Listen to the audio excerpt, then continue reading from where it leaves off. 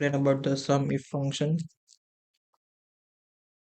To solve this question, total sales for finance department in Gujarat. So sum if sum range. I will count this, and then first I will count for the department. So criteria range, finance, then criteria range to state, then Gujarat.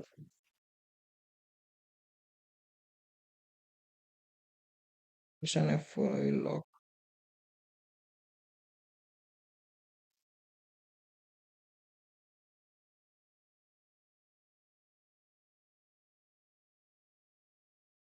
Yeah. So in order to check whether it's the value is correct or not, the value is 63,400.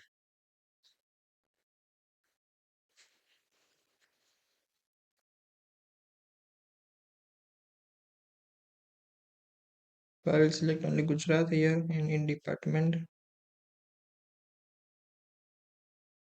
only finance. So if I now do this, then it's saying 60,400 sum. So it's correct.